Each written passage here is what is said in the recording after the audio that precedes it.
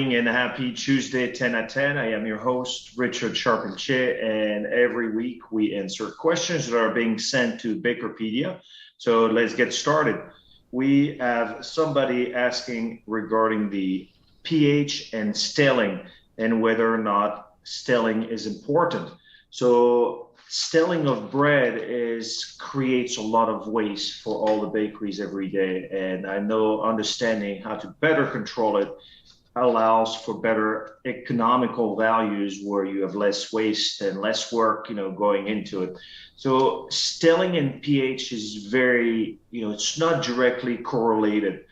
The stilling of bread is impacted by several other factors than just pH.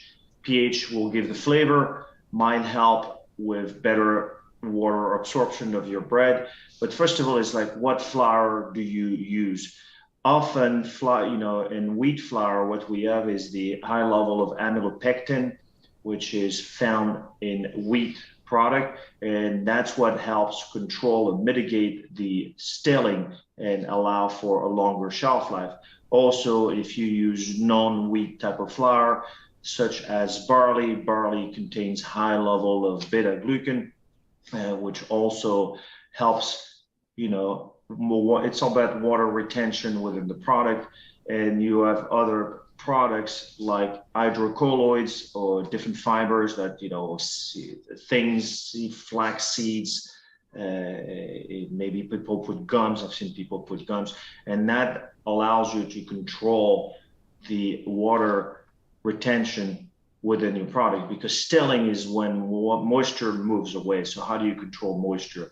And I've read a lot of different articles regarding the direct effect of the pH within stilling, and there's very little. And some articles were saying even by the addition of other assets within the control environment, they were not basically seeing an increased value within that. And you might ask the question regarding basically pH and shelf life, because then pH could be meaning sourdough fermentation, which is a much longer fermentation, up to 18 hours, versus a straight method system where you can mix and get your bread done within 2 to 3 hours. And often a bread like that will still longer. But what other than pH, because long fermentation will also decrease your pH slightly. If you're using sourdough, it will decrease slightly, but it's also allowing the enzymes within the flour to really do the work. And as mentioned earlier, you have the amylopectin present within your flour, and it's the portion of amylose and amylopectin. And usually you'll see people say high amylopectin or different starches, modified starches, which will contain a little more. And then you also have the addition, as people do now in baking, not use just straight wheat flour, but could be mixing it with different grains and soy flour, etc.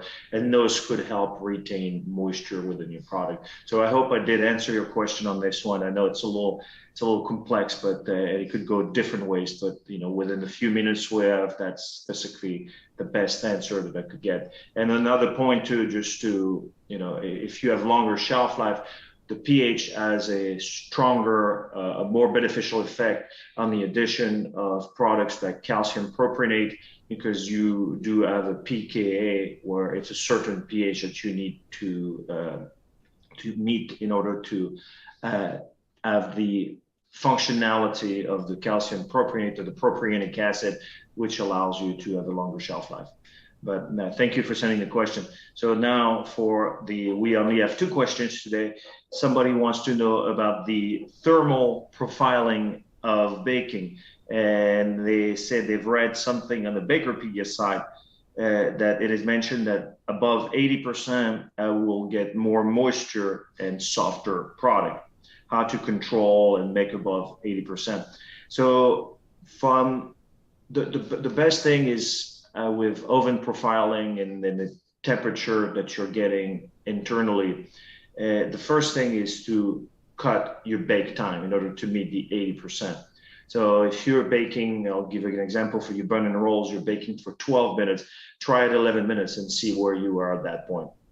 If not, if you bake with different zones, it would be to change the zones so you have 20%, you left 20% before the arrival. So anything above 20% would dry up your bread. So it's for you to really play with the numbers and how you bake versus the 80 to the 20, but cut the bake time. Also look at maybe changing your zone. If you have an oven with different zones, different temperature profile, that would also help you out.